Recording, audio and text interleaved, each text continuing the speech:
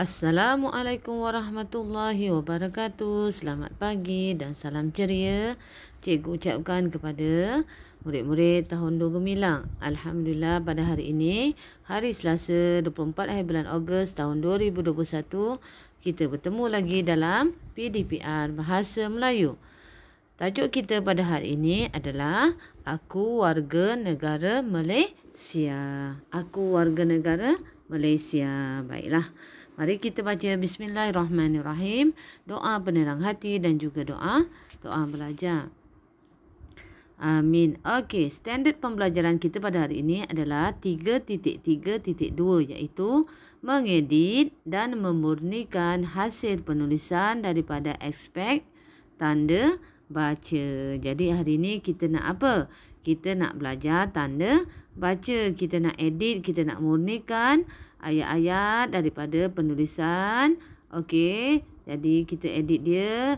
Mana tanda baca yang tak betul tu kita betulkan dan kita letak tanda baca yang betul. Kemudian kamu tulis semula ayat-ayat di dalam perenggan atau dalam petikan tersebut. Okey. Objektif pembelajarannya, pada akhir pembelajaran apa yang kamu dapat? Satu, memahami konsep dan penggunaan tanda baca yang betul ya. Yang kedua, mengenal pasti kesalahan tanda baca. Mana tanda baca yang salah kedudukannya. Yang ketiga, seterusnya kamu mengedit dan membetulkan kesalahan tanda baca tersebut. Okey, mari kita lihat dulu apakah itu tanda baca. Yang pertama, tanda baca ialah simbol atau tanda yang digunakan untuk memberi isyarat kepada pembaca supaya melakukan sesuatu di dalam bacaan. Okey, maksudnya kalau tanda baca noktah, bagaimana bunyi, intonasi dan nada bacaannya kamu. Kalau tanda koma, tanda seru dan sebagainya. Maksudnya dia beri isyarat apa yang kamu perlu lakukan pada bacaan kamu, sama ada nadanya tinggi ataupun nadanya bagaimana. Okey, yang kedua, ia diletakkan di tempat-tempat tertentu dalam ayat berdasarkan tujuan dan kesesuaiannya. Okey, maksudnya setiap tanda baca itu mempunyai fungsi-fungsi yang tertentu dalam tempat-tempat yang tertentu berdasarkan tujuan dan kesesuaiannya. Ya. Okey, tanda baca utama ialah yang pertama.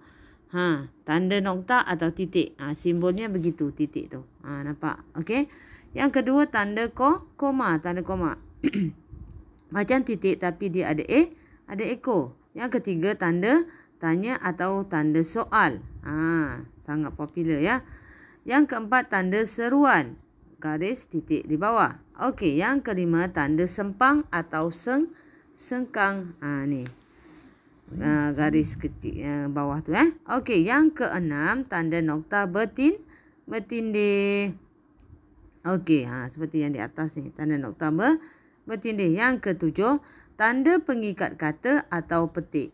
Tanda pengikat kata atau petik. Biasanya tanda pengikat kata ni atau petik ni didapati dalam cakap ajuk ataupun dalam perbualan atau dialog ya.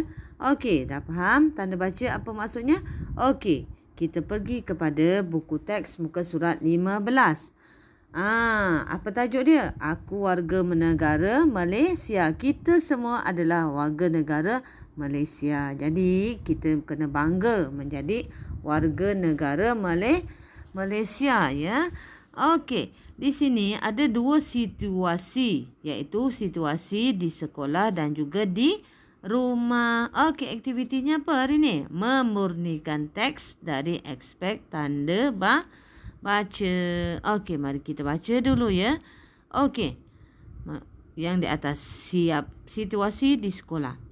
Siapakah yang terpilih mewakili sekolah kita dalam pertandingan badminton peringkat daerah?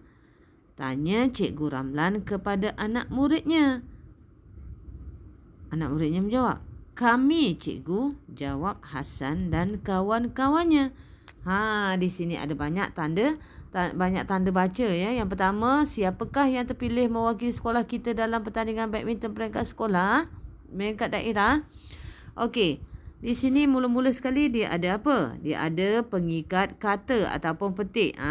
Yang koma-koma tu, dua koma di atas tu. sebelum siapakah. Okey, itu pengikat kata untuk cakap ajuk ataupun perbualan atau dialog. Mesti ada kata pengikat kata atau kata petik. Selepas tu dia bagi tanda baca huruf besar. Okey, dan akhir sekali untuk ayat tu dia ada bagi tanda soal dulu sebelum kata pengikat ataupun tanda kata petik tu. Nampak? Kemudian ada huruf besar dan ada huruf besar. Kemudian akhir sekali dia letak titik tanda nokta. Okey, yang kedua, kami cikgu. Pengikat kata, huruf besar, koma. Dan juga ada tanda seru, kemudian ada pengikat kata penegasan. Okey, jadi kita pergi kepada situasi yang di sekolah dulu. Okey, ayat yang pertama. Syabas Hasan, Idris dan Kok Bun kerana kamu bertiga terpilih untuk mewakili sekolah kita ke peringkat daerah, kata Cikgu Ramlan. Jadi dia ada berapa kotak? Ada 4 kotak di situ. Jadi kotak pertama, nombor 1, apa cikgu letak? Tanda pengikat kata atau kata petik. Okey, kemudian ada koma di situ. Ada koma. Ada koma. Okey, untuk kotak kedua ada kena letak koma sebab berturutan. Okey, dan seterusnya sampailah akhir sekali letak tanda seru sebab ada kata seru di situ, syabas. Okey, tanda seru dan akhirnya pengikat kata. Okey, nombor 2. Kamu semua perlu mengisi maklumat dalam borang kebenaran penjaga, kata Cikgu Ramlan lagi. Okey, jadi ada 2 kotak di situ. Okey, apa yang perlu kita letakkan tanda bacanya sesuai? Okey, tanda baca yang sesuai adalah kamu letak koma di situ, kemudian baru pengikat kata. Ini pengikat kata yang membuka, ini pengikat kata yang penutup. Koma dulu baru pengikat kata Cikgu Ramlan, dan akhir sekali kena letak titik. Okey, mari kita lihat situasi di rumah pula. Nombor 1, ayah, di manakah boleh saya mendapatkan maklumat tentang diri saya? Tanya Hasan. Okey, apa yang ada berapa kotak di situ? Ada 1 kotak sahaja. Dia bertanya. Jadi kena letak tanda soal, ya. Okey, nombor 2. Nah, ini CJ kelahiran kamu. CJ ini sebagai bukti bahawa kamu rakyat Malaysia. Okey, apa ini adalah nombor 2 ni dia letak kata seru, maka di hujung ayat tu mesti ada tanda seru. Kemudian nak CJ ini sebagai bukti bahawa kamu rakyat Malaysia. Kena huruf apa? Kena huruf besar untuk kata nama khas. Okey, nombor 3. Bolehkah saya isi borang ini? Tanya Hasan.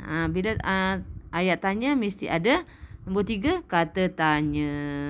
Okey.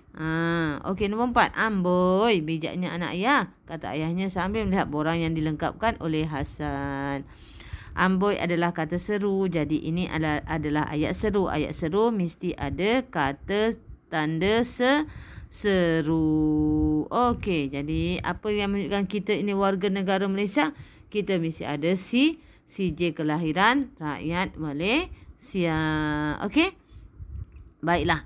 Kamu buka buku aktiviti muka surat 19. Isi borang pendaftaran sekolah. Kamu kena edit tanda baca, kemudian kamu tulis salin, kemudian kamu salin dan tulis semula. Di sini cikgu telah berikan.